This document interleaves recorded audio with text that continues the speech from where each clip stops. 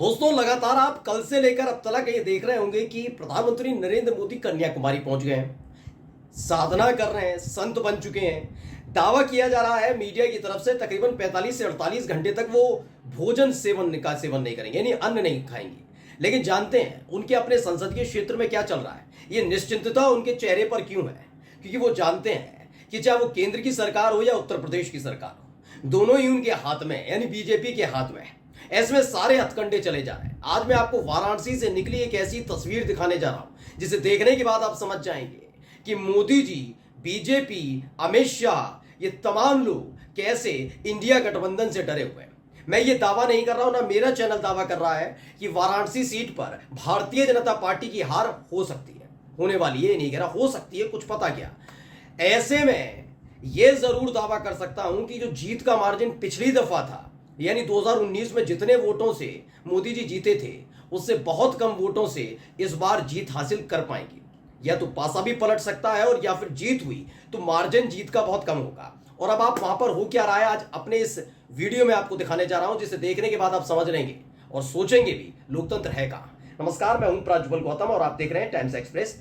वाराणसी में 1 जून यानी कल वोटिंग होनी है, लेकिन वोटिंग से पहले किस कदर विपक्षी पार्टी के नेताओं के साथ सलूक किया जा रहा है, वो एक एक तस्वीर आपको दिखाऊंगा।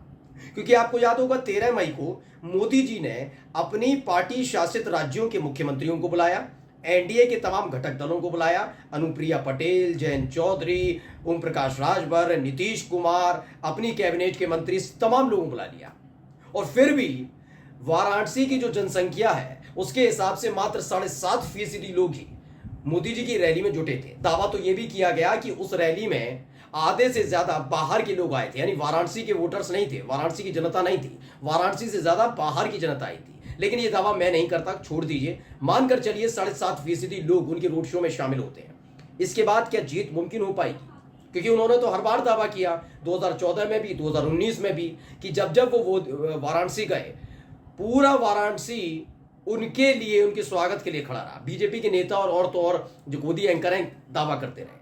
ये 13 मई को ये भ्रम बहुत अच्छा था, 13 मई से लेकर 25 मई तक। लेकिन 25 मई को जब डिंपल यादव और प्रियंका गांधी ने एक रोड शो किया, तो वहां दावा किया गया कि 15 लाख से ज्यादा भीड़ जुटी थी, और इस वीडियो को मैं दिखा भी चुका हूं। तभी से अपने तमाम नेताओं को वहां पर लगा दिया था। पहले एस जयशंकर जो विदेश मंत्री, उनको लगाया, मोहन यादव को लगाया, इसके साथ कई और नेताओं को लगाया कि भाई जाकर देखो, पता नहीं है हमें मालूम नहीं, हालत खराब है वहां पर कि मोदी जी की रैली में, रोड शो में 7.5% लोग जुटते हैं और वाराणसी के हिसाब से, और यहाँ 15 लाख से ज्यादा नहीं, तकरीबन 22 से 23% लोग जुट जाते हैं। ऐसे में पासा ना पलट जाए। लेकिन फिर अखिलेश यादव पहुंच गए और राहुल गांधी पहुंच गए, तो और हालत खराब हो गई। अब ऐसे में इनको रोकने के लिए क्या हथकंडे आजमाए जा रहे हैं, पहले ये वीडियो देखिए। थोड़ी होता है, पूर्व मंत्री वीरेंद्र सिंह पटेल जी का गाड़ी रोक दिया है और जबरदस्ती यहाँ जबरदस्ती किया जा रहा है, और गाड़ी के लिए जबरदस्ती बोला जा रहा है कि आप जनता ये वो वाहन पास लगा हुआ है गाड़ी में,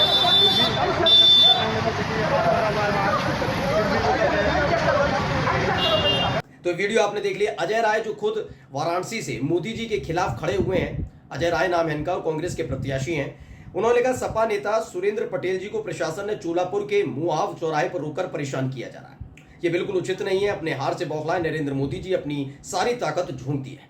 मैं फिर दावा कर रहा हूं, ये अजय राय जी का कहना है कि मोदी जी हार रहे हैं, जीत रहे हैं, हमें नहीं मालूम। लेकिन ये बात तो देखनी चाहिए ना कि आप किस तरह से विपक्षी पार्टी के नेताओं को प्रचार तक नहीं करने देते। वैसे प्रचार वहां खत्म हो चुका है, लेकिन वहां पर अगर पहुंचते हैं तो ऐसा क्या है कि समाजवादी पार्टी के नेताओं को परेशान किया जा रहा है। हाल ही में आपको याद होगा, पहले या दूसरे चरण के वोटिंग से पहले ही शिवपाल सिंह यादव का भी ऐसा ही एक वीडियो वायरल हुआ था, जब मैं शिवपाल सिंह यादव बदायूं के डीएम से कह रहे थे कि गलत तरीका है कि जो उनकी पार्टी के समर्थित प्रधान है, प्रधान का मतलब होता है कि एक अच्छा खासा रसूख, और ये माना जा रहा था कि अगर वो प्रधान रहे तो जो वोट होते हैं वो सपा को पढ़ सकते हैं। तो ऐसे में क्या किया गया, दावा किया गया 30 से 40 ऐसे प्रधान थे जिन्हें हिरासत में ले लिया गया, जिसको लेकर शिवपाल सिंह यादव नाराज हुए थे और वहां के डीएम से कहा था कि ये किसके आदेश पर उनको हिरासत में लिया गया है, यानी अब परेशान करने की कोशिश कर रहे हैं। यही हालत यहां हो रही है। वाराणसी सीट इसलिए भी सबसे ज्यादा जरूरी हो जाएगी क्योंकि अभी तक जो आंकलन निकला, जो अनुमान निकले, अब तो गोदी मीडिया भी कहने लगा कि नहीं भाई, पहले तो 400 तो भूल ही जाओ, 272 का आंकड़ा पकड़ना भी बड़ा मुश्किल हो रहा है। हाल ही में मैंने एक सर्वे भी दिखाया था, 196 सीटें हैं, यानी कुल 196 सीटें हैं इस बार एनडीए जीतने जा रहा है, और इंडिया गठबंधन के खाते में 355 से ज्यादा सीटें जीतने आ रही हैं। यानी कुल मिलाकर अगर देखा जाए तो स्पष्ट बहुमत इंडिया गठबंधन को मिलने जा रहा है 6 चरण की वोटिंग के बाद। ऐसे में इनकी पूरी की पूरी जोर जो है, पूरा बीजेपी का जोर जो है वो इस बात पर है कि कैसे भी करके जो मोदी जी हैं उनकी वाराणसी वाली सीट को सेव किया जाए, मतलब पूरी तरह से सेफ साइड किया जाए किसी भी हद तक जाकर। तो वही हद आप देख रहे होंगे किस तरीके से लोगों को परेशान किया जा रहा है। मैं अब भी ये नहीं कह रहा कि ये हो रहा है, गलत हो रहा है, सही हो रहा है, लेकिन जिस तरीके की एक्टिविटीज को वहां पर अपनाया जा रहा है, यकीन मानकर चलिए ये बहुत घातक साबित होने जा रहा है। ये अभी तक का रिकॉर्ड मैं आपको बता रहा हूं कि किस तरीके से आपके पास प्रमाण पत्र भी है, अनुमति भी है, प्रशासन की अनुमति है, आप जा सकते हैं, आ सकते हैं, लेकिन वाराणसी में समाजवादी पार्टी के जो तमाम नेता हैं, जो जिनका रसूख है और जो अच्छे खासे वोटर्स को प्रभावित करते हैं, उनको रोका जा रहा है, हिरासत में लिया जा रहा है, जिससे उनके समर्थित जितने भी वोटर्स हैं वो उनमें खौफ पैदा हो। मैं अब ये दावे के साथ कह सकता हूं, हाल ही में एक वीडियो भी आई थी, गोरखपुर से भी निकल कर आई थी। मैं भी ये भी फिर मैं कहता हूं, मेरा चैनल या मैं दावा नहीं करते कि गोरखपुर सीट जो योगी आदित्यनाथ का गृह क्षेत्र है और वहां से रवि किशन सांसद है, 2019 में भी वही सांसद चुने गए, मैं दावा नहीं कर रहा है कि रवि किशन हारने जा रहे हैं, जीतने जा रहे हैं, लेकिन ये जीत का जो मार्जिन बनाने की कोशिश अब सत्ताधारी दलों की तरफ से की जा रही है। दलों क्या, दल की तरफ से, बीजेपी की तरफ से, वो भी सत्ता के दम पर, प्रशासन के दम पर, वो ये तस्वीरें जनता देख रही है। आप कितना ही रोक लीजिए, चलिए रोक लीजिए, समाजवादी पार्टी के नेता को रोक लीजिए, कांग्रेस के नेताओं को रोक लीजिए, अजय राय को नजरबंद कर दीजिए, लेकिन जनता जो चाहेगी वो करके रहेगी ना। लेकिन हाथ पांव मारने की ये सारी की सारी चीजें हैं, यानी हार की बौखलाहट साफ साफ चेहरे पर पहले से ही मोदी जी के देखी जा रही थी। तभी तो कभी मुसलमान करते हैं, ज्यादा बच्चे पैदा करने वाले, घुसपैठिया, मंगलसूत्र, मुजरा, ये इस तरह की शब्दावली का इस्तेमाल करें, मटन, मछली, इस तरह की शब्दावली का इस्तेमाल करके बहुत निम्न स्तर की बातों तक उतर आए।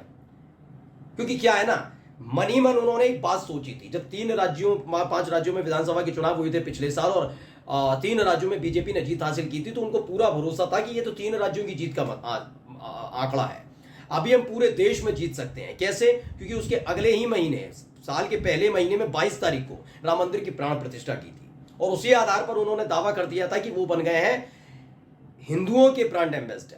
उन्हें अपने आप ही लग रहा था। तो 400 पार तो बड़ा आसान है, बिल्कुल स्पष्ट लग रहा था कि 400 पार तो बड़ा आसान है, हम कर लेंगे 400 पार, लेकिन यहीं वो गच्चा खा गए। 400 पार का जो आंकड़ा लेकर वो चले, वो उसी में सेंध लगाने का काम कर दिया किसने? हिंदुओं ने। उन्होंने कहा कि आपने राम मंदिर की प्राण प्रतिष्ठा ठीक नहीं की, यानी कुल मिलाकर बैकफुट पर और घुटने पर बैठी हुई है बीजेपी। लेकिन सबसे बड़ा जो इनके सामने अब चुनौती है वो ये कि जो इनकी अपनी सीटें हैं, चाहे वो गोरखपुर वाली हो, चाहे वो इनकी गुजरात में गांधीनगर सीट हो, जहां से अमित शाह है, वाराणसी उत्तर प्रदेश वाली सीट हो जहां पर मोदी जी चुनाव लड़ रहे हैं, तो यहां पर साख को बचाना है। ऐसे में इस बार इस 7वें चरण की वोटिंग में जो 2 सीटें सबसे महत्वपूर्ण है, वो गोरखपुर है, एक वाराणसी है, और इन दोनों ही सीटों पर लगातार विपक्षी पार्टी के नेताओं को परेशान करने का काम किया जा रहा है, जिसकी एक एक तस्वीर मैं आपको दिखा रहा हूं। नमस्कार।